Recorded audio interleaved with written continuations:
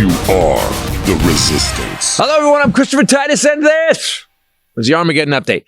And can I say that the current administration is, well, the weakest, most fragile, self-centered, full of themselves cowards we have ever had in the White House, especially in my lifetime. But they can recognize animals. I took cognitive tests. First question is like, what is this? And they show a lion, a giraffe, a fish. Not easy. The Trump administration has never done two things: taken responsibility for any mistake. No, I don't take responsibility at all. And never done, well, anything else. Literally nothing. At least nothing for the American people, you and me. Tariffs push prices up, and China does not pay them. You do. The tariffs alone have cost the American people $261 billion. That's $1,750 per family in 2025, and will cost every American $2,500 in 2026. He's a liar, rapist, pedo, grifter, conman, criminal, traitor. And here's the weird thing. There's no balance to Trump. It's not like you can say, you know what? Yeah, sure, he's a rapist, but damn, does he love his kids? And cue Don Jr. crying. Or sure, he committed treason against the United States on January 6th, but hey, at least he's a good golfer. He actually cheats at golf so bad on his own courses, a book was written about it. You know what they called that book? Commander in Cheat. And by the way, not easy. He steals from kids with cancer, but at least he grabs pussy when he wants to. Grab him by the pussy. Do you see what a douche some of you guys voted for? You know, we always want people to be accountable, but Donald Trump never has been. This week, after the demise of the worst airline flying, he blamed Biden. That's a bunch of malarkey. Spirit Airlines went bankrupt last week, and thank God, never has there been a worse winged nightmare than Spirit Air. If they could have had you row the plane to save gas, Spirit would have done that. Their in-flight snacks were people dipping saltines into a jar of peanut butter that the air waitress passed around, and they charged you for that. Spirit Airlines super economy fare had you sitting on an empty upside-down bucket in the aisle after you paid a fee for printing your own boarding pass, and the bathroom on the plane took quarters. Now, I may be exaggerating, but if you ever flew Spirit, I'm not exaggerating by much. So whose fault was it? Well, Trump blamed Biden for Spirit's demise. You know, the guy that's not president and hasn't been president for a year and a half. Give me a break. That's a bunch of malarkey. See, that happened because a judge didn't let JetBlue and Spirit merge. The judge said that the merger of Spirit and JetBlue would hurt consumers, which was actually Spirit's ad campaign. Hi, we're Spirit Airlines. Canceled flights, maintenance issues, and we charge you for an oxygen mask during a crash. We're Spirit. Go fuck yourself. But at least Spirit kept duct tape makers in business.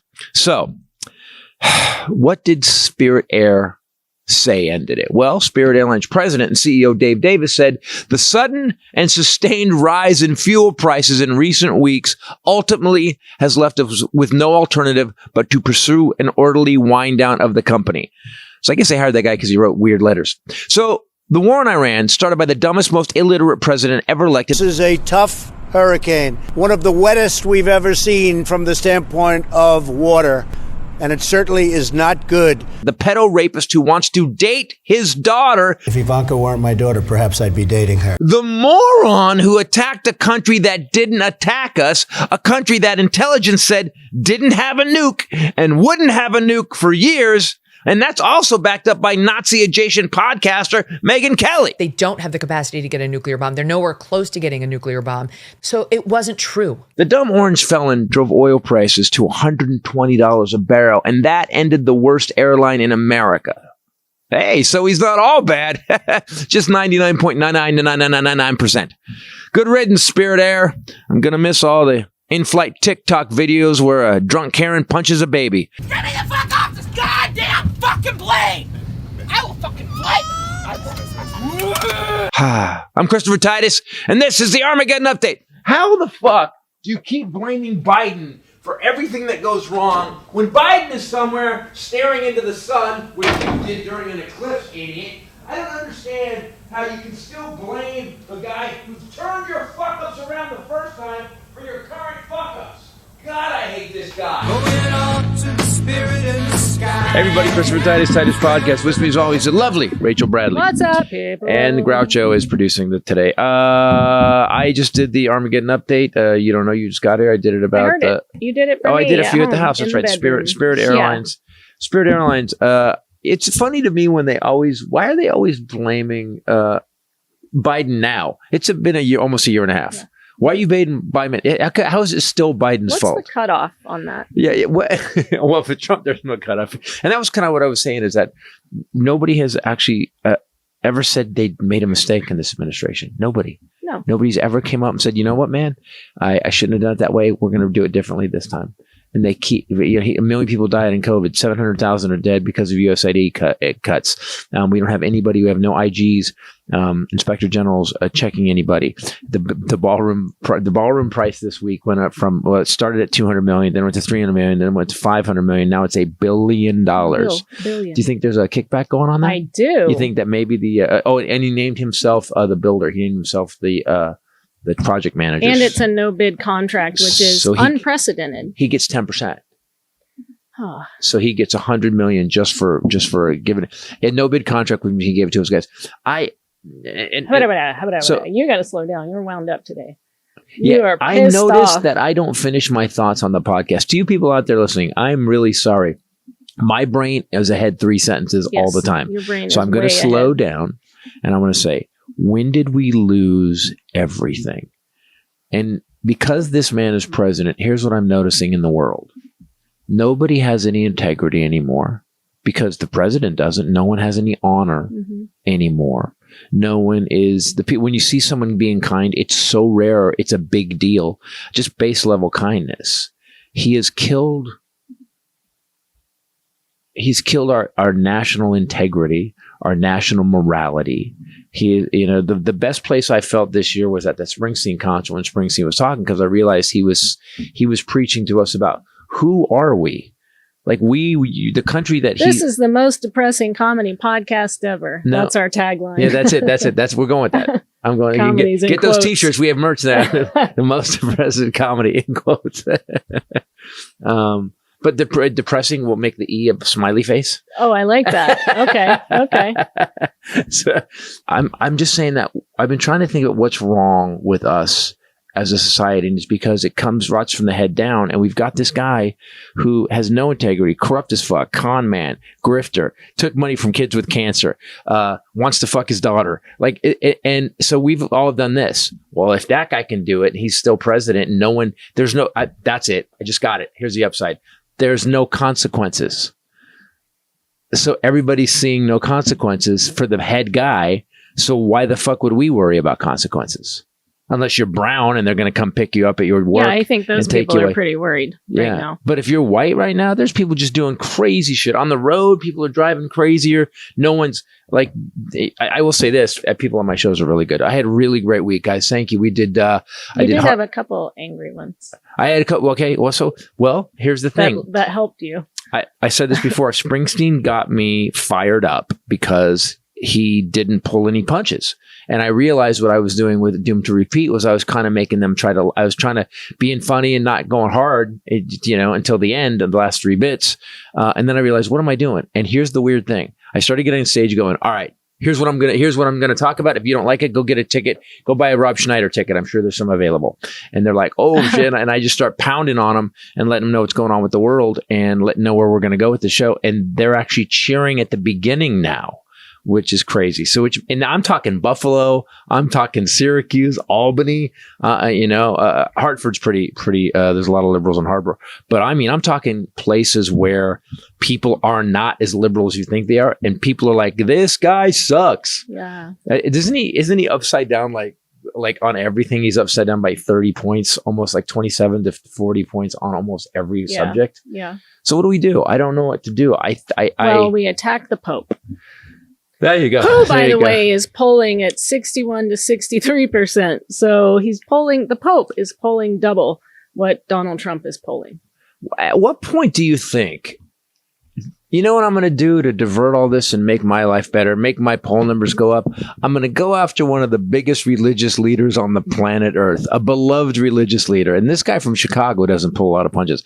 It seems like, back to the last Pope, Remember the last guy he was a bouncer before he. Oh, yeah. Yeah. It seems like we're getting tougher popes. I think we're gonna get Rambo Pope coming I up. like Pretty that. like the next pope is just shows up with like just bullets on him, and They polled people across the board how they felt about Trump attacking the Pope. Turns out a lot of Catholics do have a problem with that, except for J.D. Vance, and who told the Pope to stay in his lane, and he's a Catholic. And Marco Rubio's a what Catholic. lane is the Pope out of? Did he get out of the Jesus lane? What lane did the Pope leave? The Pope actually made a statement back to Donald Trump today, because I don't think he's not the guy that's going to just be like, yeah, okay, talk, say whatever you want. But it was a dunk, but Trump won't get that. What did the Pope say? Can you look it up? Yeah, I can look up exactly. But it was Trump came out and said the Pope wants Iran to have nuclear weapons. Yeah, I heard that. I'm like, did the Pope actually say that? Why would the Pope say that? Pope said, I don't want anybody to have nuclear weapons. That's correct. Because, the Bible and all. Right. If you've read Revelation, you pretty much know that the nuclear weapons kind of ended. He said, if someone wants to criticize me for proclaiming the gospel, let him do so truthfully. For years, the church has spoken out against all nuclear weapons, so there is no doubt on that point. I always believe that it's much better to enter into dialogue than to look for arms and to support the arms industry, which gains billions and billions of dollars each year. It's Trump was going to have to ask somebody to explain it to him. And then he's going to truth in all caps, something about Biden and crazy Hunter chicken and Pope. Loser Biden. Leo the loser Pope. Lame Leo the loser. He'll keep justifying it. So what I'm watching this week is I've never seen a less steady hand in leadership ever. That's an understatement. But I mean, I'm talking with war. We're blocking this. Okay, Iran's blocking the Strait of Hormuz. Oh no, we're blocking it. They already blocked it. They blocked it already. We want it open. Yeah, well, no, we're blocking it. Ha ha. Okay. What? Tiger. Settle down. And then so they block the strait and they block Iranian ships coming in and out. No one reported this, but if you look it up, some Chinese vessels got through. Do you know why? Because they escorted them through with a lot of weapons. They escorted them with the number one, one of the baddest ass destroyers in the world. Yeah. And and we were like this. Phil, I'm gonna go on a lunch. Hegseth is like, hey, what are you guys doing over there? Hey, why don't we go play volleyball on the beach like Top Gun? Why? Let these guys go through. They're cool. Yeah. We said we were going to do that. Haha, we'll do it too. And we got 2 ships through day before yesterday and 1 yesterday, and today nada. And they said that so we're at war and we're not at war. What do you call it yesterday? A mini war? As I call it, a skirmish, or a mini war. Or he did all this week. He has skirmish. Said not a war, skirmish, excursion, mini war, and we're at war. He actually said not a war, and later we're at war in the same. It wasn't a rally, but it was like a speech, a gathering. And I put the clip up in the Armageddon update where he.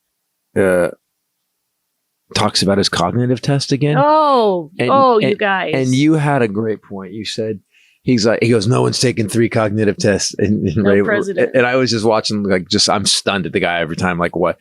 And she's like, maybe you should ask yourself why they're asking you to keep taking cognitive tests. Yeah, it's not the own you think it is when you're like, no one before me as president let me flex. has had I don't to want take to flex 3 for a minute. cognitive tests. But I have to take many tests to see what kind of animals can I recognize a duck? Yes, I can. That's a duck. Here's the thing, too. How do any of you guys still stand behind an 80-year-old man who's the leader of the free world, who doesn't just stop there, then brags? Question number 1, although they said a lot of people don't get it, you have to say which one is the bear. They've got a lion, a giraffe, an elephant, and a bear. And I said, well, there's the bear. And they were like, well, that's good. A lot of people don't get that. Nobody gets that. Nobody gets that. Really? People don't recognize a bear? Okay. God help us is all. We laughed really hard at that because it is so stupid. And then you realize that's the guy that's put us in a war and it could become a world war. And then it's terrifying again. It's terrifying every day to me. But what I don't understand is our news. Katie Tour, can I just say, I watch her. I've never seen someone normalize insanity like she does. She just finds a way. So what did she say this morning we were talking about? She said something to the effect of like, it's an excursion, it's a war, a skirmish or whatever. And listen, while we're at war or a skirmish, whatever you want to call it. Why don't they just call this guy out like we do? Why don't they just go, he's fucking corrupting the government. He's taking billions of dollars. His worth has gone up $2 billion since he took over. The ballroom is gone. Look, I've dealt with construction guys before, but go from 200 million to $1 billion. That guy would fire those guys. We've got that.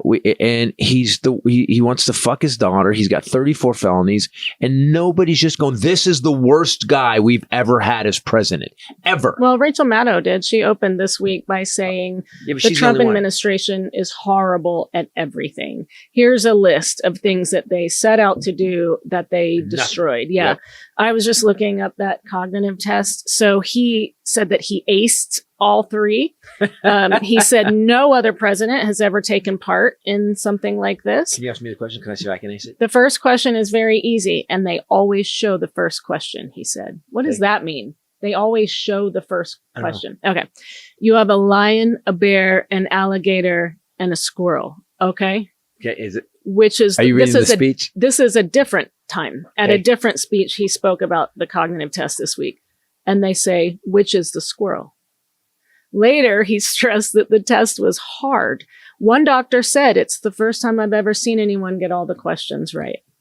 So, what are the questions? Please tell me some of the questions. Okay, well, the next question, so that would be the MOCA. It's the Montreal Cognitive Assessment, which is what he's talking about. He was addressing business owners on Monday when he brought this up the first time. Do you know how embarrassing it is that he gets up and brags about recognizing a picture of an animal? Now I'm fucking out internationally. Do you realize we're getting clowned worldwide because of this cunt?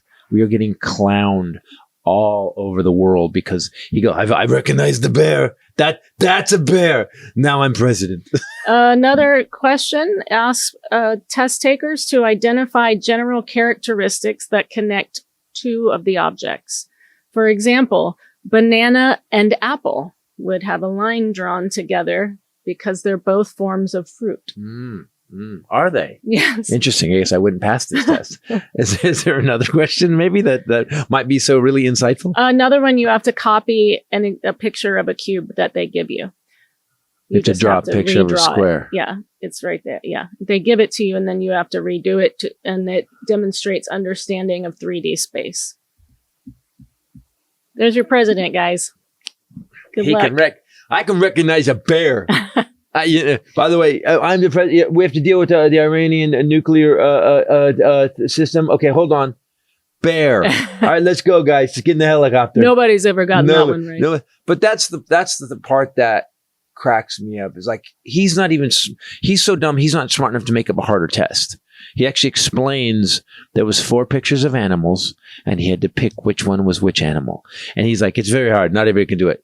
Not everybody who's got as much dementia as you have? Like, what do you mean by that when you say I've never been asked to take a cognitive test. Ever. That's what I'll say. They didn't ask Obama to take a cognitive test. So are we talking out of all the people with suspected dementia? You tested better than all of those people? But when is it to a point where we end it? Someone, I don't know if it's true or not, but see if they're on it was either X or True Social. He said that I'm thinking about running in 2028. If you guys want me to, let me know. Oh, he said that at a speech. He keeps now saying things like that. So I'll be here for what? Another 2, maybe 6 years? And they all laugh. Not a chance. Even all of his people that he's nominated for federal judgeship, not one of them, we watched that hearing, would say to who was the senator? Chris I forget. Murphy? No, maybe not Chris Murphy. Tough guy. What's his name? The I guy like him a whose lot. head was going to explode. But not one of them could say that the Constitution barred Trump from running for a third term. So people, they were doing confirmation hearings for these federal judges. I think there were 6 or 7 of them there. And he asks one of them, do you know what the 22nd Amendment is? And this judge who's going to be up for the federal bench, this is the Constitution of the United States. He goes, you know what the 22nd Amendment is? And the guy goes, I don't really use that one. That's what he said, I don't really know that one. I don't really use it. I'd have to look it up. What it means is the 22nd Amendment is the president can only have 2 terms. That's what the 22nd Amendment is. And by the way, it's really easy to figure out because it's 22. So you can just go, 2 terms, 22 Amendment, 2 terms. Okay, perfect. I can actually, I'll never forget the 22nd Amendment now. So he was speaking at a small business summit when he teased a 3rd term. He has, if you really want to be terrified, other than all the other reasons to be terrified, every single other reason. Trump Org has started selling Trump 2028 merchandise that reads, "Rewrite the rules." Wow. So you can go get that merch right now. He's made $1.2 billion in this 1 year of office on merchandise sales, name licensing, and lawsuit settlements. And he's done absolutely nothing for the American people. Here's what people aren't. We've lost our way. Here's where we've lost our way. I think we've stopped playing results. Like there's no bills moving forward that help the American people. There's no bills like Obama. I mean, Biden passed infrastructure. He passed the CHIPS Act. He passed easing in manufacturing. He made sure that we were moving forward. This guy carries around pictures of his, the ballless human being carries around pictures of his ballroom to show people all the time. They've done nothing. They've cut healthcare. They've cut worldwide aid. They've cut everything. I wish people would understand USAID. People go, yeah, why should we feed other countries? God damn, people are so stupid. Think it through. So we actually give these countries, these kind of third world countries who need help. So they like us now. Well, now they're going to like China, which means if shit does break off, they're going to side with China, which means they're going to give China have a base in that country that is going to fight. Whereas before we would send our aid workers in, and one of those aid workers or 2 of them had to be CIA guys, and they could assess what was going on. So we had soft power worldwide. He killed all of it. What did he cut today? There was something he cut today. I was like, I can't believe he cut that today. Okay. So so it was acted as a 3D partner, defense, diplomacy, and development. It was intended to enhance U.S. national security and foreign policy, providing humanitarian assistance and promoting long-term economic development. Some of the initiatives obviously feed the future for food security, global health, so all HIV, AIDS, PEPFAR, COVID-19, that's all gone. Climate change mitigation, which we know he loves. He canceled science last week. Education and democracy promotion. So let's talk about all the fucking danger this guy brought to us. Yep. Okay, number one. So now we have all these countries that aren't on our side anymore because we basically let their children die. Then we have all the science is gone. Then we have all these countries who aren't going to tell us when the Ebola breakout happens or when whatever some fucking horrible disease that kills 90% of the population breaks out, so we can't lock it down or mitigate it. So we're going to die from that. We're going to. Then we've got China, who's obviously in a lot of ways got it. They're a communist country and they're horrible and they seem to have it more together than we do. Iran has clowned him so bad with the Lego thing that we have lost our allies. We have lost any support from anybody who was our close friends. And and what else? All the oil is going to stop. So we are literally 3 weeks away from jet fuel ending, which means I won't be able to go to work. Yeah, he's fucking up comedy. He's fucking. He already fucked up shoes. I couldn't get my shoes. Oh, that's right. Remember? That's right. And I kept getting these nice emails, madam, kindly wait one more moment, blah, blah. Third email when I was like, I need these shoes. I was going to wear them for my taping. And finally I got this very terse email. Your president. Yes, it's because of your president and the new administration that the shoes are sitting at customs. Sorry. It's not our fault. I was like, oh, okay, you're upset. But he fucked up the world. The man broke the world. Yes. How does one asshole break the world? I did say he broke shoes. Yeah. So I think we covered it.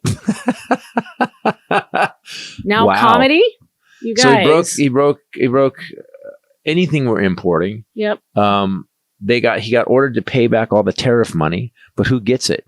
The people that paid for it? Nope. They're not going to track everybody down. No, who he's bought going to TV. send us a check, remember? He's not sending anybody a check. In I'm fact, getting a check. I'm waiting the for companies have to actually apply that had tariffs imposed on them. He's not giving it back.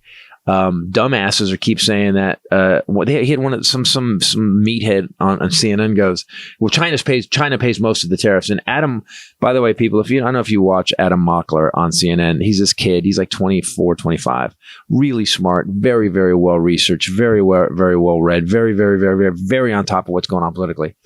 He's been tearing up these 60-year-old men, these fucking Republicans, to the point where they're pissed. One of them told him to back it down a couple of clicks. He's back at the youngster. Scott Jennings, who is just such a twat, went after him and said, "Get your fucking finger out of my face." Told this kid to get his fucking, and he wasn't. He was like this. He was like, "Listen, man, this is how it goes." And he's this far away. Get your fucking finger out of my face. I would say this: we need to get rid of anybody in government over the age of 55. Nope. That's it. I mean, we have to set a number. What number do you think? 60? Or you let them go to work? Let them go to working age, so 65. Okay, but at 65, you can no longer be in government. You cannot, Diane. If you have to retire. Half?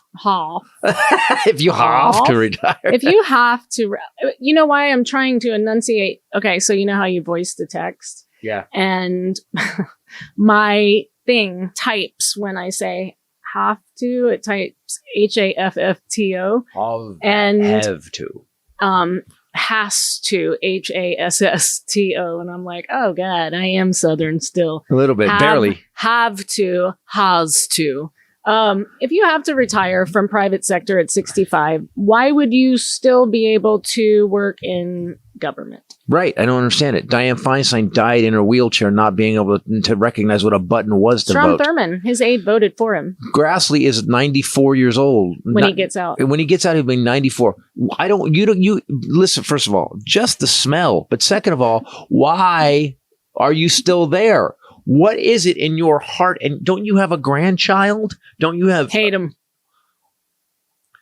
It goes back to... Do you have a wife? Hate her. And so, and the Voting Rights Act got killed this week.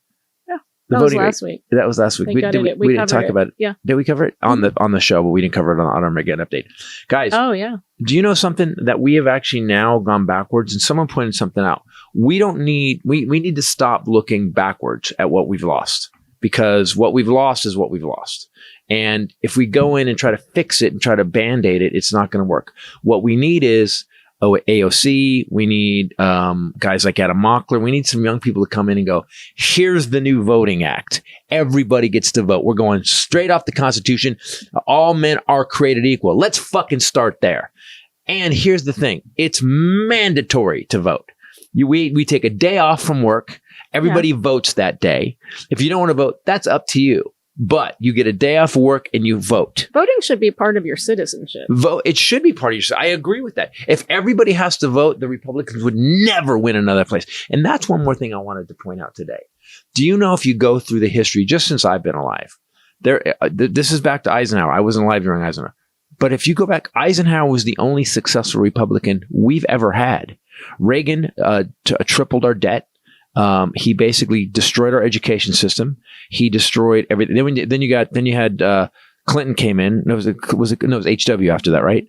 HW came in, said he wasn't going to raise taxes. He had a recession and a failing administration. Clinton came in, had the biggest, saved HW's economy, fucking fixed everything, except for, like as I say in my show, Clinton never should have had an aid. And NAFTA. And NAFTA took 40 years to end, but NAFTA ended up being a bad thing. Now our kids are sucking lead paint off of toys made in Beijing. Yes. That was also in Christopher Titus' Yes, show. I agree with you. NAFTA wasn't as well thought out as it needed to be, only because if they'd have made it just Mexico and Canada, I can see it working, but they let companies go to China and they let companies make their shit in China. They shouldn't have done that. That they should have just made it just our three countries free trade agreement. That would make more sense. So Reagan fucked it up. Clinton fixed it again. Maybe NAFTA, but NAFTA did great for a while. And then, but you're right. It was not the best idea. Well, here's what I understand. As I get older, I realize I'm as smart as these people. They're not doing anything that's like, you sit down with some experts and you figure out a better plan, and these fuckers don't do it. Well, now, I mean, used to. We're behind the rest of the world. Used to. That's another one. maybe talk to text is going to make us all speak better. It's ruining my life. We're going to sound like movies from the 30s. Hello, good to see you. Exactly. Now, I mean, used to, people that were in office were, aspirational. And now you have people that are aspirational for being dumb. So dumb people love them because they're like, oh, they're just like me, like Marjorie Taylor Greene or Lauren Boebert. Oh my God. Matt Gaetz. Matt, that's who I was trying to think of. Wheels. Who's the guy? Greg Abbott. No, the other Wheels. Scalia. The kid. Oh my God. Madison Cawthorn. Cawthorn. Oh God, he's reared his ugly head again. Yeah. It's like they just don't go away. It's like herpes. Not that I would know. This episode brought to you by Helix Mattress. I'm not segueing on that. I thought it was going to be a herpes medication. No. We're probably going to get in trouble for that. I love my Helix mattress. Just so you know, they will never forget Helix Mattress after that. Don't keep saying it. I have the Twilight Elite because I went and did the sleep quiz when I first started using it, and I filled out my sleep info. And you got a lot of specific sleep info. Who sleeps with me, how they sleep, was there what issues. Space? It's very quick, and then it spits out your perfect mattress. And so I got Twilight Elite, and it's a killer mattress. It is like if you wear an Oura Ring or an Apple Watch, you will start to see a difference in your sleep quality. It's kind of crazy. I mean, you go. Ken got one. Ken changed his back. Changes the way his back works. Well, because he was sleeping on cardboard before that. Ken was like, "Wait a minute, this has cotton." Ken had I think Ken had street mattresses. Didn't Tony Horton say that? I know. I think they got a mattress off the street, and he got a picnic table and shellacked it when he first moved to LA. Yeah, and he was a mime, and he slept on a street mattress. And whenever he would eat at the picnic table, he said you could always see termites that they shellacked in, like So now Tony does not sleep on a street mattress. Helix Mattress has made such a big difference in my back pain, and all the mattresses are different, and they really do target your specific needs and way of sleeping. And they do it in a couple different ways. They also send you a topper with it that you zip into the mattress. Yeah, but the one we have has a topper you slip. I've never seen that before, which was nice, and it zipped in as opposed to just having to hang on. The mattress. Came separately. Yep. It exploded separately, which was fun. We got 2 explosions, and then it's like this really nice, tailored, tight pocket on top of the mattress, and then you put the memory foam in and zip it, and it's like super tight. There's no movement, and I just thought that is such a level up. Yeah. Compared to if you guys have been with us a long time, we had a different mattress company back in the day when this kind of first started, and we thought that was good, but they wore out. Like they weren't like real. It seemed like over time they weren't. The topper thing we have? No, the old mattress company when we first started that we would advertise. You got a little. Yep, don't say the name. I won't. But the name was it kept your body form after a while. This mattress is nicer than the mattress that we have in one of our guest rooms that I spent a lot of money on at a furniture store. This is, it's just like really high quality, really makes a difference. How do we get it? You can get free shipping, seamless delivery. It'll come right to your door with free shipping in the US. They'll give you a 120-night sleep trial with a limited lifetime warranty. So you can return it or exchange it if you're not happy with it. And it's award winning. Everybody loves this mattress. USA Today has said it was the awarded most trusted brand. Right now, you can go to helixsleep.com/Titus Spring savings event, you'll get 20% off site-wide. That's helixsleep.com/Titus. At the end, tell him that we sent you. helixsleep.com/Titus. Can verify. It's awesome. Yeah. Can verify. Trump administration, using the EEOC, has now filed a lawsuit against the New York Times on behalf of an unnamed white man who reportedly did not get a promotion. They say that they filed in federal district court in Lower Manhattan. They say that the white male plaintiff was denied a promotion, and in doing so, the New York Times violated Title VII of the Civil Rights Act. Hold on. Title I. Whoa. You can't have it both ways. You can't have it both ways. Yeah. You can't get rid of all DEI and then be mad that a white guy didn't get it. You can't. They said you can't no do it one both is ways. above the law, including elite institutions. Can we just say something about this administration and leave it as is? Okay. We have a white supremacist. Yeah. It flat out. Yeah. If you go, let's start with Hegseth. He's got the Jerusalem cross all over his body.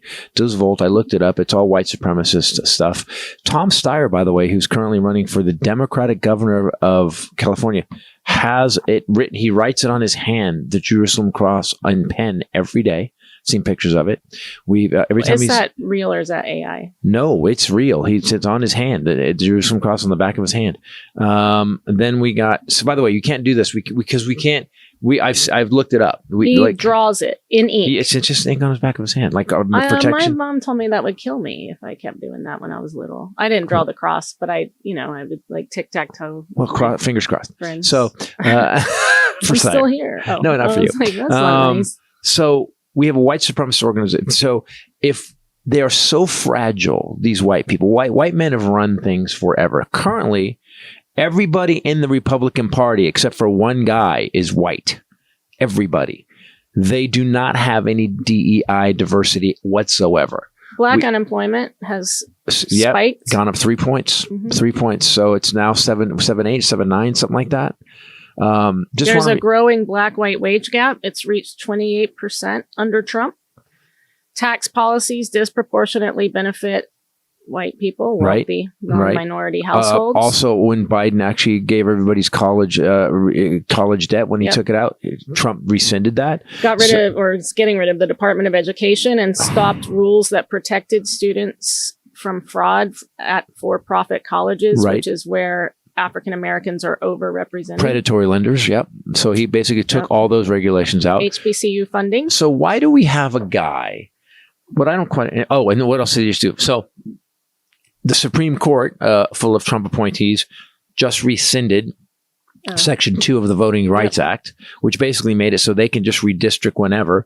Louisiana actually stopped their fucking election. They stopped it. They had already started. They started pre-voting, and they stopped it so they could redistrict, so they can actually get more Republican nominees. Can we just point something out? If your organization wants to run things, and you have to be voted for to run things, but you know your ideas are so shitty, your ideas are so bad for the people you represent, your ideas are literally killing people, that you have to cheat to win, you shouldn't be running anything. Instead of just doing your job. But the effort to cheat is as much as it would be to do the right thing. Yeah, actually maybe more. The problem is that Republicans... Because you had things in place that would have just continued with those gears to do things by the law, right? He had to do extra work to go around it. Yeah. And then you have to sue a bunch of people. Then they raided some. I have that up. Actually, let's talk about that. They raided a Democrat's. FBI raided Virginia Senate President pro tempore L. Louise Lucas. Is that a woman or a man? I have not seen a picture. L. How do you know what L is? Louise? I'm assuming. Is it Louise or is it maybe Louise? It's ELLE. Like your girlfriend, Wheezy, in high school. Man, you got to stop with the Wheezy. You dated a Wheezy. Tell them. Tell the people. Her name was Louise. Wow. Rachel. Elizabeth. She was 92. She was not. Maybe She had a wooden leg. She didn't. She did not. Was she the garlic one? No. Okay. That was very short term. That was one. We dated for a while and it was great. And then there was one incident and I was like, nope. She ate a clove of garlic every day for health. Turns out it comes out other places. And God bless. I hope she's happy with her Italian husband. Which one was Wheezy? Is she the one that cheated with the janitor at the comedy club? Yes. Yes. I don't know what you're laughing at. Your relationships have not been awesome, but okay. Oh. No, he wasn't a janitor. He was an artist. Oh, that's right. Remember? Oh, girlfriend. Been there. Been there. Had a guy that was going to get rich by making designer gas cans out of precious metals. If you've been here from the beginning, you've heard about this. He was going to cast them out of gold and platinum and gas cans, rhodium, and he was going to put emeralds and rubies and diamonds on them. On the gas cans. Yeah. For guys with hot rods. For lowriders? No, he didn't. No. Just people would just buy gas. Because, the one thing, just gas. The one thing at the time I was like 14, 15. And even then I was like, why would you do that? I mean, listen, it is an untapped market, but there may be a reason it's untapped. There may be a reason nobody's tapping. Because there's zero demand. Now that I think about it, I really think, wow, that he was really dumb. Haven't we all dated just you look back, I wish we had wisdom when we were born. I wish the aliens would come and at least give us some sort of like born knowledge. Our DNA gives a certain amount of things. I wish it gave us wisdom. I wish our DNA would program us with some sort of wisdom, because we all have to fuck up for 60 years and then I don't know that most people are that dumb though. The gas can thing? Yes. Or that you dated the gas can game? Yes. I was young. He had a band. He wrote a song called Green Eyes, and I was like, oh my God. And he had a 5-bedroom house. That was his mom's, right? It was his mom's, but she let him live in the basement, and that was nice of her. So, yeah, I don't know. In hindsight, he took me to Del Taco on Fridays after school. And I loved chips and cheese. I don't know. I just was he's rolling fat. He's got money to go to Del Taco. I was a kid. Excuse me, girls. By the way, all you 7th graders, I'm going to Del Taco.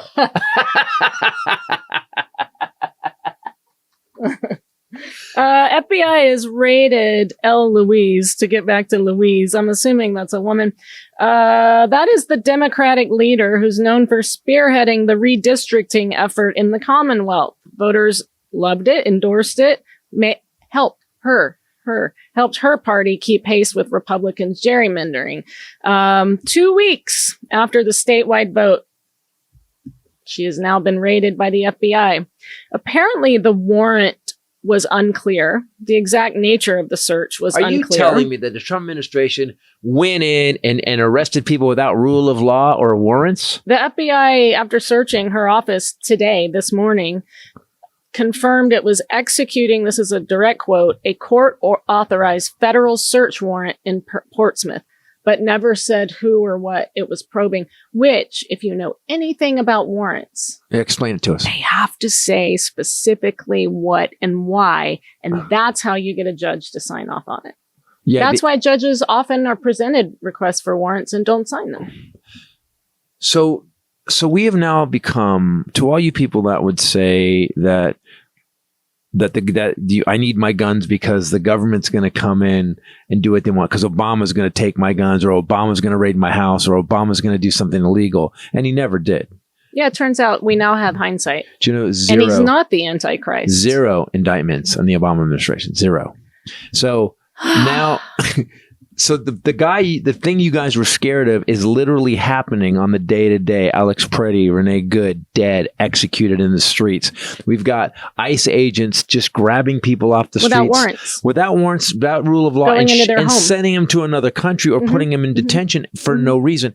And we're not doing anything about it. Wait a minute. You mean the Constitution is being violated repeatedly, like daily. The emoluments clause, Yes. for instance? How has he made $1.2 billion on licensing his name and such. If he's well, it's just you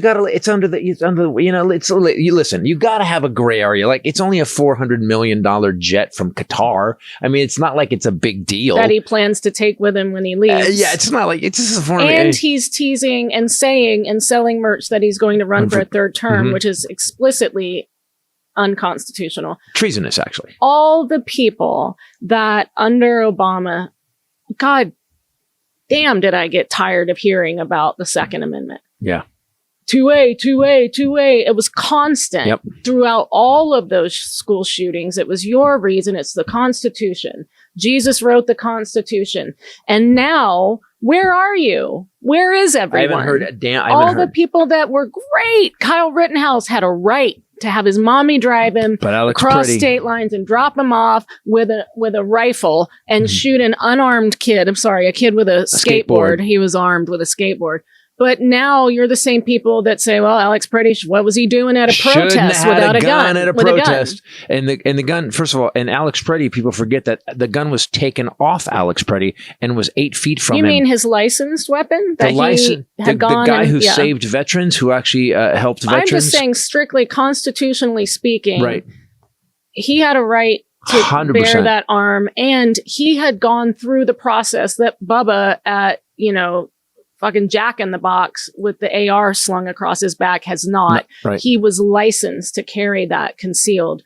And now everybody's like, well, no, I shouldn't have that gun. So but the hypocrisy, dumb people just ride hypocrisy constantly. I mean, what just happened recently? Someone brought up, there's always a what about. There's never Hegseth. Hegseth's the best at it. Hegseth, hey, sorry, I touched you. You keep poking me with your poker. Oh. Pokers are the reason we're here. It's valid. It's the reason everything is wrong in the world. Right. It's because of pokey things. If we could have women in charge, I'd be willing to do this. Because here's the thing.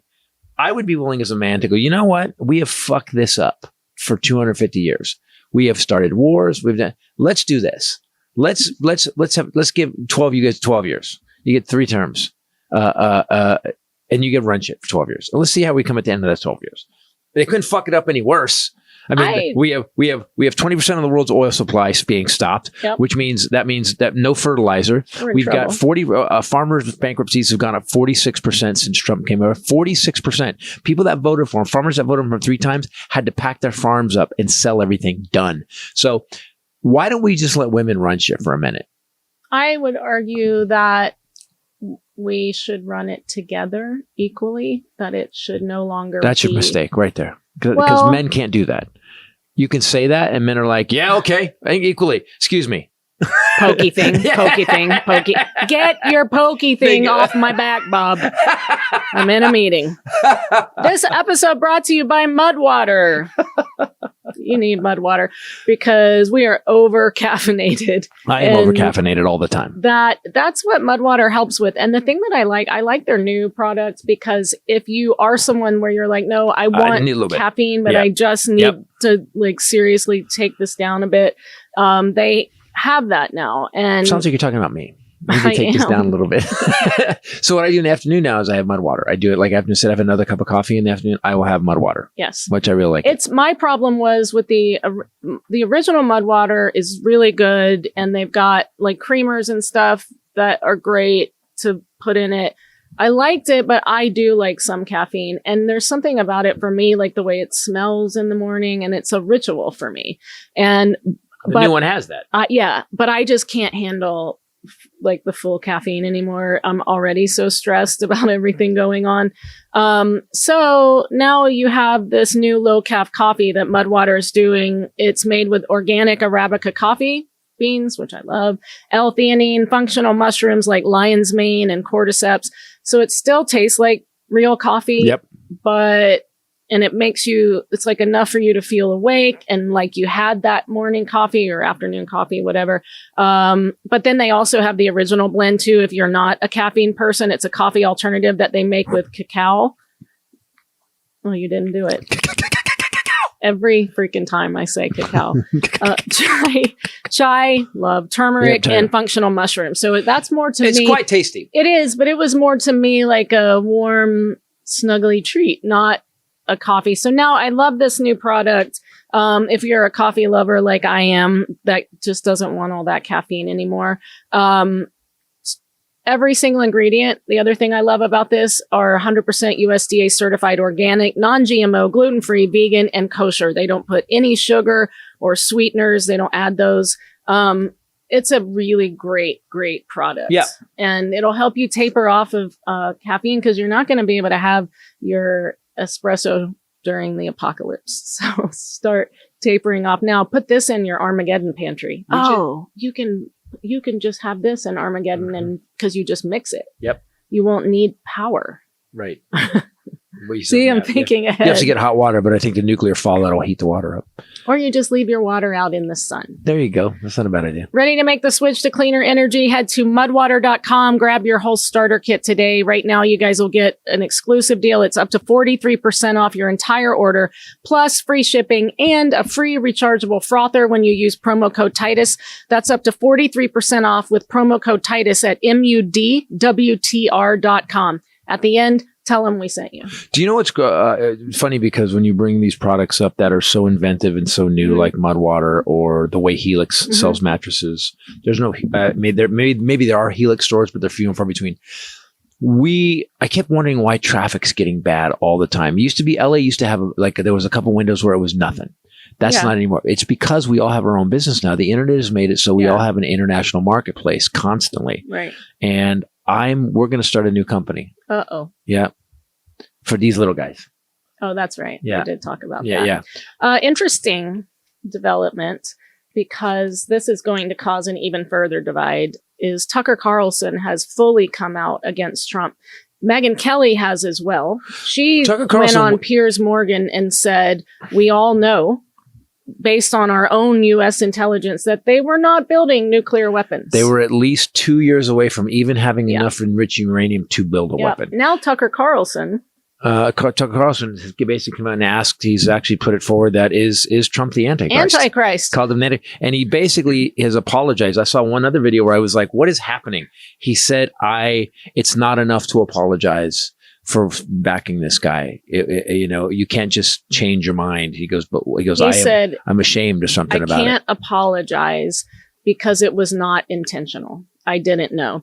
He said he is tormented by his role in helping Trump get elected. He now views Trump as having a spellbinding yet cowardly effect on all around him. He said he's not a sovereign leader. He said slave to influencers. He's a hostage to Netanyahu. He's furious over the Iran war. He said it's a moral crime and a foolish move. That's what started his final break from him. And of course, floated that he's the Antichrist. I'm tormented by Tucker Carlson's laugh, by the way, just so you know. The fuck are you doing, dude? When he talks too, he does that. But here's the weird thing. What is it about this dementia-riddled rapist that people continue to follow? I mean, he has no record of accomplishing anything. He was screaming at a debate, they're eating the dogs. That all proved to be wrong. Everything he said is wrong. Everything he's lied about, nothing's came true. We know that he was best friends with Jeffrey Epstein. They won't release the files. They were about 139 days into them supposedly supposed to release the Epstein files, and they won't and haven't. We know he's a criminal. And by the way, the Epstein files they did release are horrendous. Yeah. The shit. That's just gone away. And tell them about the Lego video from Iran. You guys get the cutest little by the way, Iran terrorism videos. I gotta be honest, Iran is a horrible regime, but whoever's doing their social media can do you need a job? Because that guy, if you go look at the Iranian Lego videos, they are so brutal and so fun to watch. I am not backing Iran at all. I think Iran is horrible, but my God, it's such a weird propaganda move to use Legos to go after. They're bringing up the Epstein files. They showed little Lego Trump with the Epstein files, and it's written on there, except they put L. Ray Epstein because the translator didn't quite LLREY Epstein. Yep. And it shows Trump looking at the files and then like grabbing a bomb And It hits a red button. Hits the red button. Oh, that's right. Yeah. And then there's another one where they showed meaning that they're joking that he started the whole war with them to distract from his role in the Epstein files, which is worldwide. That's Everybody knows that.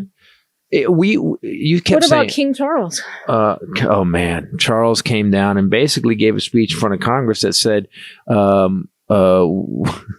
we basically he kind of hinted at we need to get rid of this. The fascism's not good. I'm here to remind you. Yeah. That there are checks and balances on the leader. Come on, Congress. Yeah. Hello, Congress. Do something. He basically went, what the fuck? What did he say? Uri? What was it? Oh, Jon Stewart. People, go to watch this week's episode. This week's Holy episode of shit. Daily Show is probably one of the funniest. Jon Stewart is just such The best an there is at American this. hero.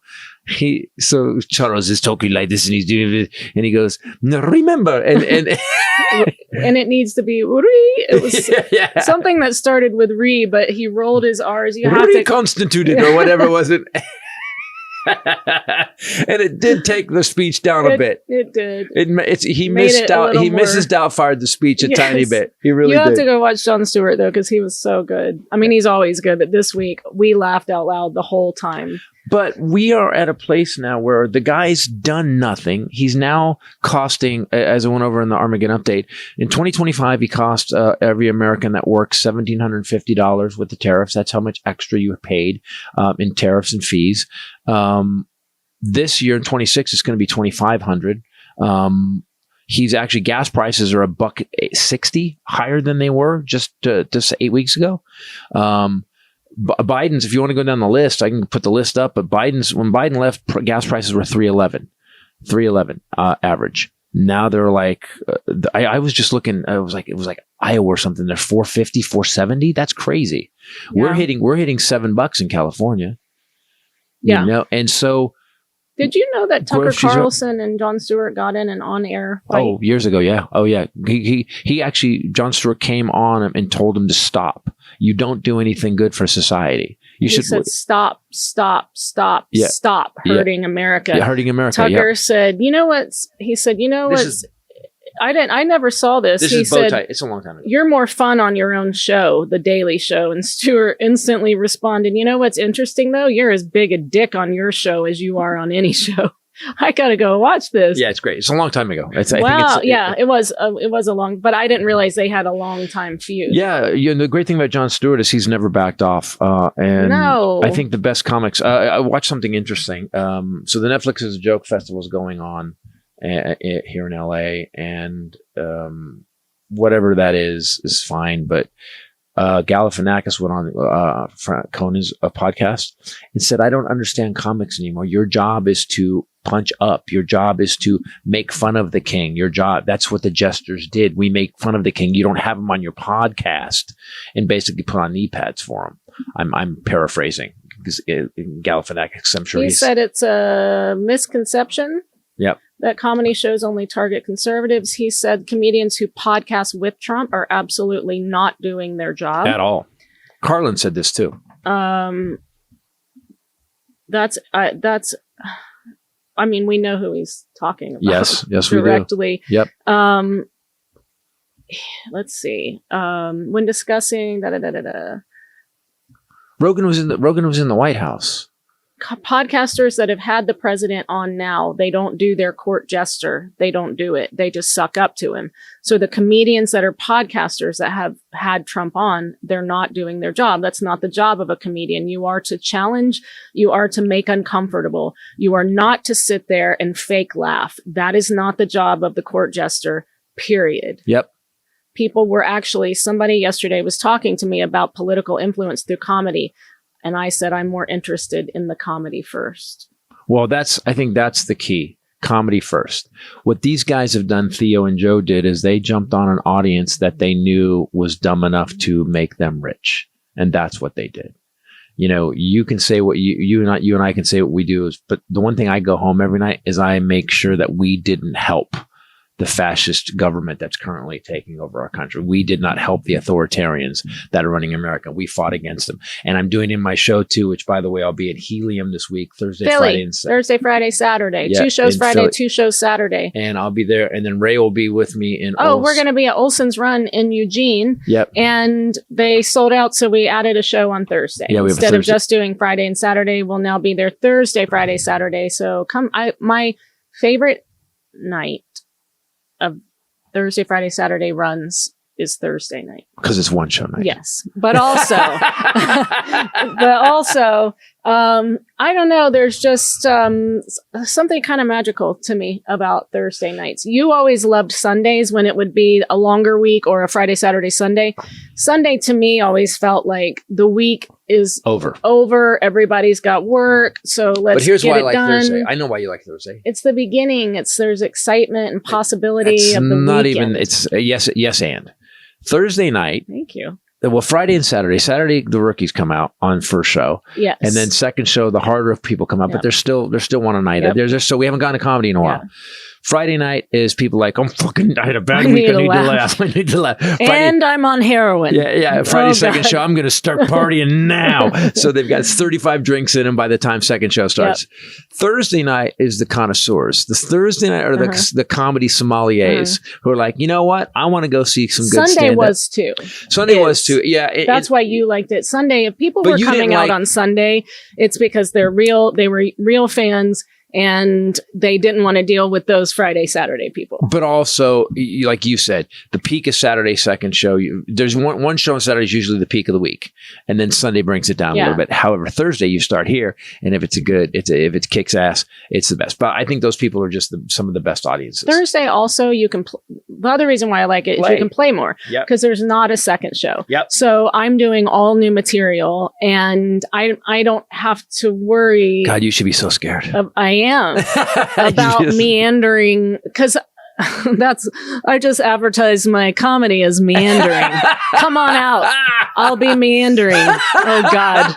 But no, you don't. Thursday, not meander, but find it. Like be open to finding things. On Friday, Saturday, we got 2 shows. I got to just do the bit like I wrote it and done it and see if those new jokes work. But Thursday, I can just play with it. Someone was talking about, I was at, I ran into Larry Wilmore again. I was doing the Sklar Brothers podcast, which is coming out. They were great, by the way. They were so fun. Nice guys. Just great guys. And Larry Wilmore was doing the episode before me. So he left us and went, and he just goes, how do you write like they that? hit him up that night too. How do you write like that? And it's funny because it's just my job. You write too. You sit down and write. These comics that someone was talking about online, there's a whole bunch of angry, bitter comics on Threads that just seem to, they're 2-3 years in, they hate LA. And we all hate it. This is how it is. I love Comedy sucks for a while. It just LA. sucks. I love LA too. But I mean, they hate the LA scene, comedy scene, because nobody gets funny. I do hate that. Leno said it. Nobody gets funny in LA. It's and true. everybody's like super like Silver Lake and pretentious and Yeah, but also everyone's looking over your shoulder to see who's coming in the room to get. No one's in LA to become a good comic. On the other hand, San Francisco, Boston, those guys are trying. Like New York's the same way. Everyone's trying to get discovered in New York and LA as opposed to just be. Listen, Leno said this years ago, and it proved out true. Work your ass off. Go on the road, get as funny as you can, and they will hear about you. Yeah. And that's how I got my TV show. That's They how heard about me. Lucy and Desi got theirs. Yep.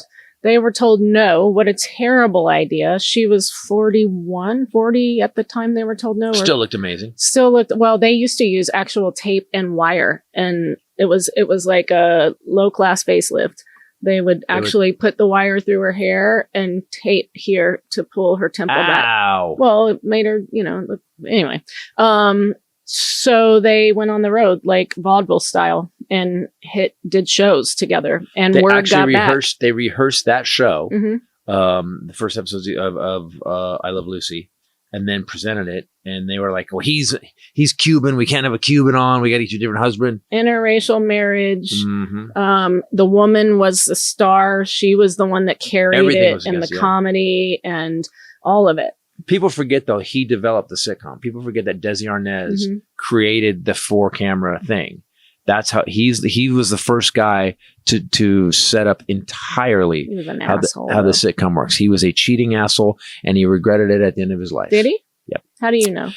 There was an article I read that said that he was interviewed, and he said near the end of his life, and he said that the mistakes I made, I loved her to this day. I still love her more than anything. I don't think she loved him so much. No, she didn't. He broke her heart. Yeah. She loved her last husband. He had a tough time. I was reading that. I was joking about this yesterday because I sent my sister's husband a birthday present, and I sent it. She hyphenates her name, Bradley hyphen his last name. Right. And so I sent it to Chris Bradley hyphen his last name. Nice. And it made him laugh. And I said, I was thinking about Desi Arnaz. They would go to dinner in LA and people would call him Mr. Ball. Yeah. Good evening, Mr. Ball. And apparently it infuriated him. He wasn't proud of it. He was furious that people did that. Right. But it wasn't I Love Desi. Right. It was I Love Lucy. If your new special blows up and it's, Mr. Bradley, good to meet you, I'll be like, thank you. Give her the check. give Mrs. Bradley the check. Their divorce was caused by infidelity and his drinking. They remained close friends, though. He never expressly said he regretted anything, but he always said he maintained immense love, admiration, and a deep emotional connection, and said that their marriage and partnership was the most significant part of his life. Yep. Right before he died, he spoke to her and said, "I love you too, honey. Good luck with your show." Of course, those are his last words to her. Yeah. Good luck with your show. Which show did you see? That's what you'll say on your deathbed. Which show? Before you die, first or second show.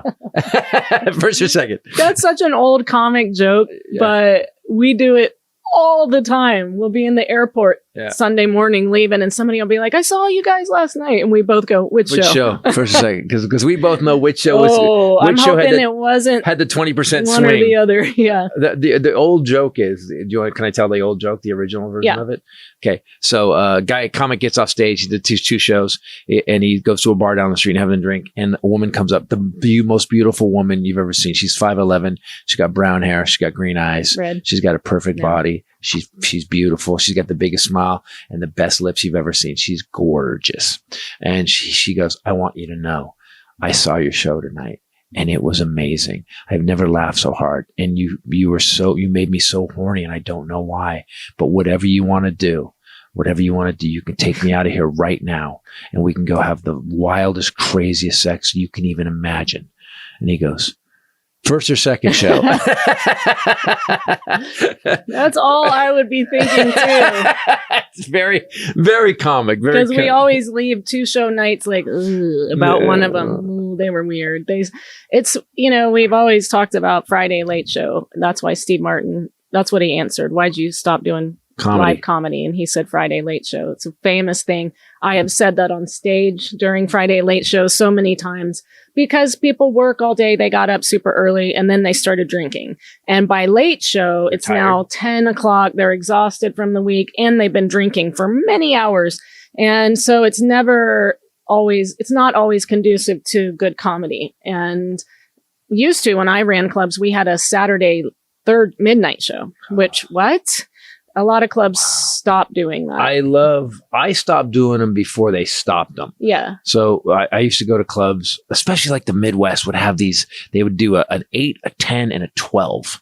And I remember thinking, that's tomorrow. Yeah. That's actually a Sunday early show. Yeah, you're actually doing a tomorrow show. I never thought about it. I just came into the system like that. I do know that we would have to gird our loins for Friday late. Yeah. I mean, Saturday third midnight show, because especially at the Louisiana club, because it was a casino town, nightclubs, alcohol, you could drink till 6 a.m.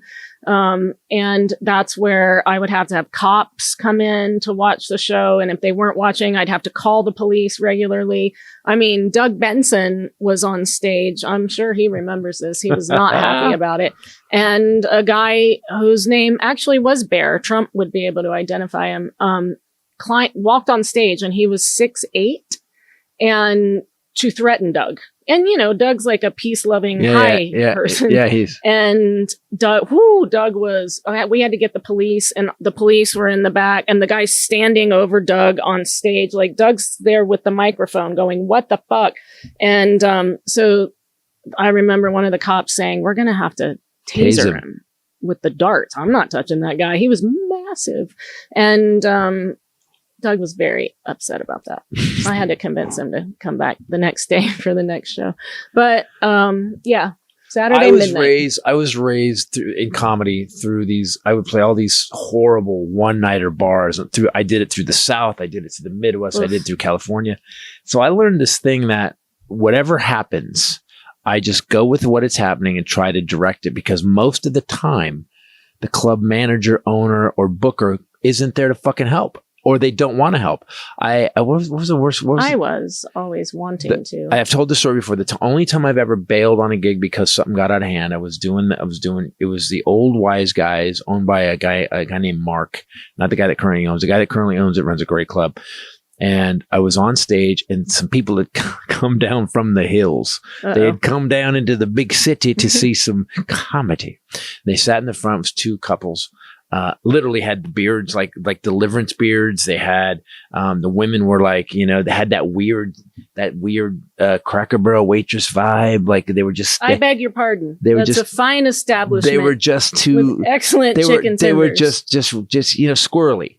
You know what I'm talking about? Yeah, I don't like your reference. For sure. Just squirrely. They were squirrely. Meth lab in the trailer. Yes, definitely. They were definitely. They had blown up a few homes. It was Frank and Shauna's Frank and Shayna's older relatives came down, and they started heckling. They just like, where are they?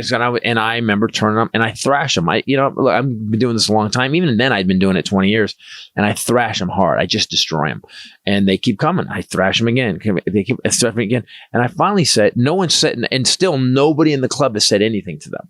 Now, usually after 3 times, the bouncer will come over. That's where we're really lucky to work the funny bones. We're lucky to work the improvs. There's security at the theaters we do. So the people will come over and go tell people to shut up. No one came and shut these guys up. Nobody. That's weird. Yeah, it's really, you got to remember. Right. Where was this?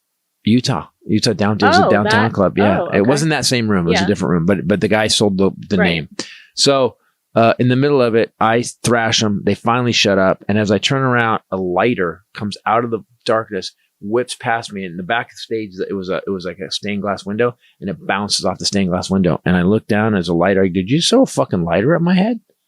And the woman goes, you just keep making fun of us. I go, and I just fucking went off. I just went off on this fucking table where I was just I just stopped, and I went one at a time, and I went down how they looked. I went down where they must have come from. I went down, and the guys at one point, the women were just shocked. And at one point I just kept going. I kept going at the woman to throw. You can fucking throw something at my head. I go and I just went off, and it was funny. The audience was laughing.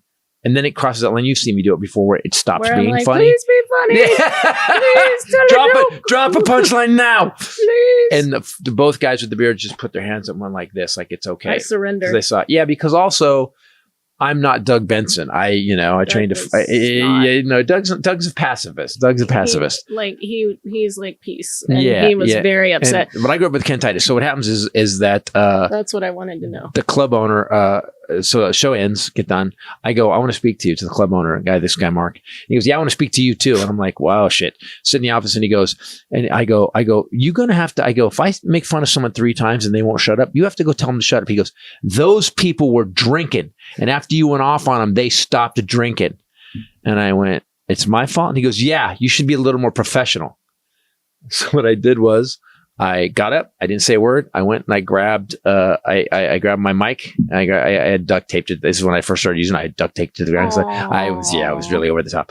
And I pulled it up and I undid. He goes, "Where are you going?" He goes, "I'm going." It was Friday first show. No, it's Friday second show. Oh. I go, no, I take that back. I take it back. It was Thursday. We did Thursday, Friday, Saturday, and I packed everything up. And Brian Dunkelman was with me. I brought him out to LA and from LA. And I packed him. He goes, "You can leave it." He goes, "Well, I'll send you a check." I go, "Don't bother. I don't want it." I go, "I don't want to see. I don't want your money. I don't want anything." I go, "I can't." I go, "You're going to be closed in 3 weeks anyways." And I got in the car and I drove back to Los Angeles. It's the only time I've ever not dealt with it. And it wasn't because of the hecklers. I dealt with them, that the fucking club wouldn't deal with them. You have to be protected to some degree. Don't you agree? Yeah. Yeah. I mean, when I ran clubs, I was an enforcer and I hired all military so that they could make extra money. We had bases nearby. So I had these young, like, remember Pumped Eric? up. Yeah, and Eric was Nate massive. And they were crazy. So they would do anything and follow anyone to the parking garage. Eric would follow people that were skipping out on their tab to their And catch car. Open their car door and get in the car. He was out of his mind. So we would I would nip anything in the bud. And I also had no fear. I was 24 and I was like, that's why now when we're at clubs and something breaks off, I get up when I hear it and run to it. And I have to stop. But I, for so many years, was trained to go like, well, we've talked about you just have to seem like you're out of your mind. You almost cracked a patron in the head with a wine bottle in Orlando once. I did do that. Yeah.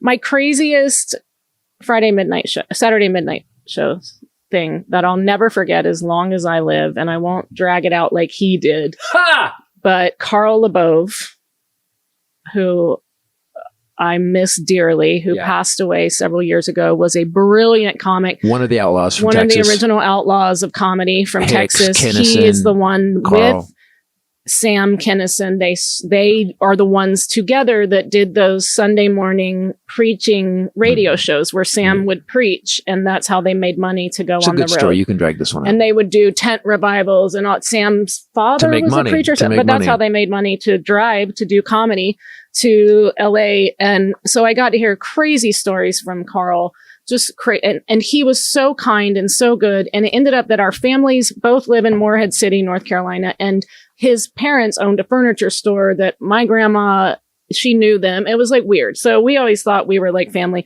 Carl was one of the freest, funniest comics I've ever seen perform. So masterful. Joyous in what he did on stage, which made everyone else, And Carl, we light people with a flashlight in the back if they're going long or whatever. I mean, improvs have a mounted light. That's actually a thing, part of the infrastructure. Funny and Bone, above you, we were like clock. a flashlight, but or hold a candle. Yeah, we did that. You had that done a lot, didn't you? Yeah. The staff with the candle. Oh, we were ghetto. Carl one time got a flashlight, dropped his pants for his middle, who was going too long, and shined the light back and forth across his ass and balls to the stage. Another time he got one of the servers' hairspray cans and lit it in the back. He was out of his mind. So Carl, he loved comedy, he loved doing comedy. And Friday midnight show, we had like 21 people. It was never worth it.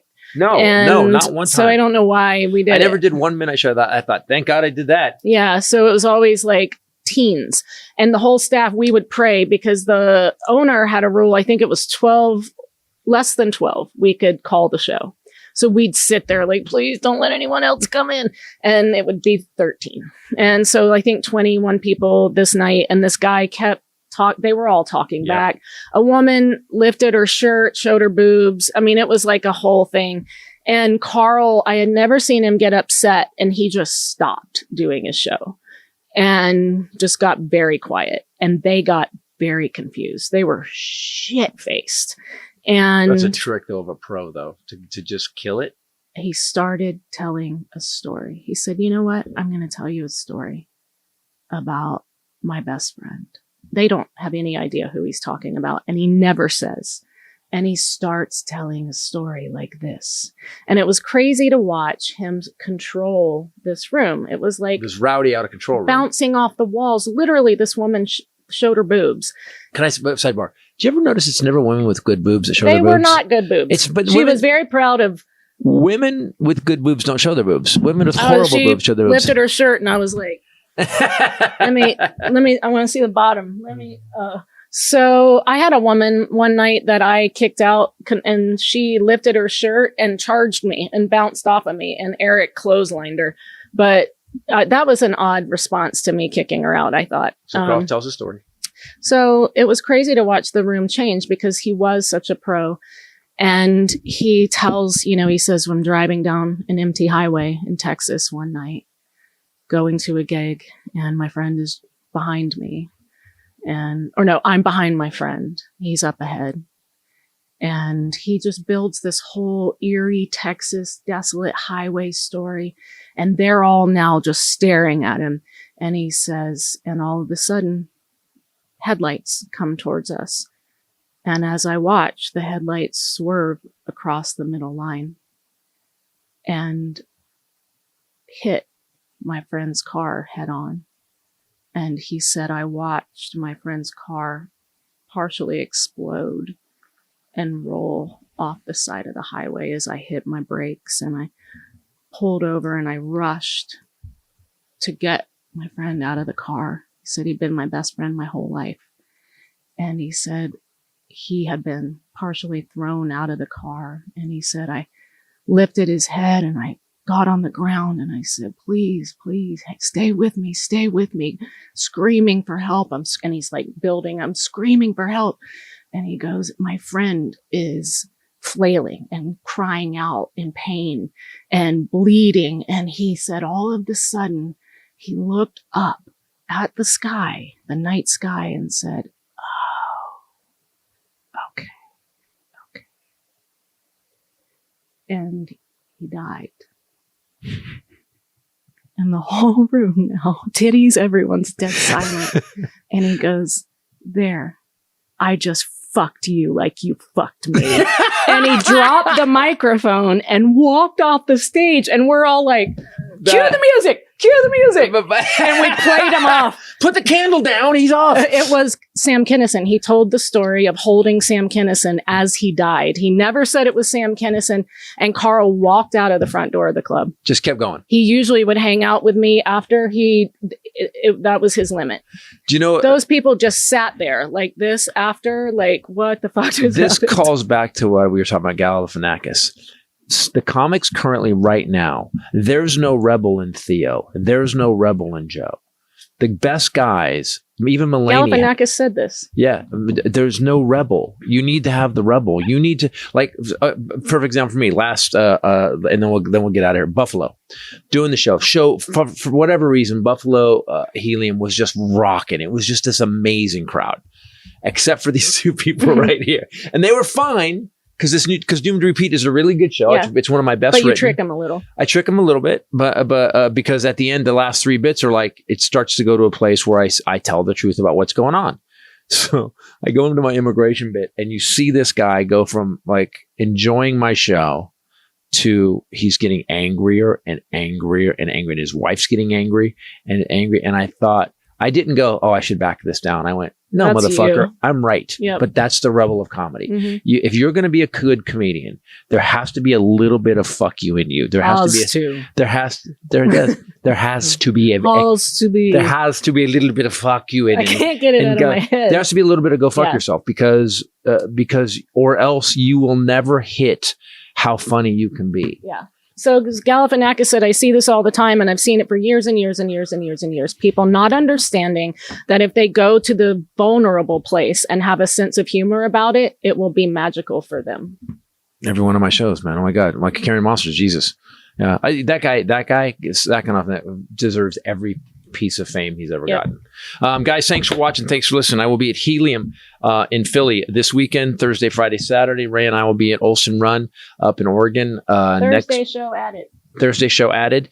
And thanks for watching. Thanks for listening, guys. Do me a favor, subscribe to the podcast.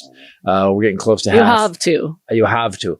Close to 500,000 subscribers. So please get in there and watch it. Also, Carrying Monsters is on 800 Pound Gorilla and Christopher Titus TV. Free. It's my new special. We just hit 750,000 views. We're about 20,000 over that now. Thank you, guys. For myself, the lovely Rachel Bradley and Groucho. Later. Peace out. Woof. he would say, no, he would. Thanks, guys.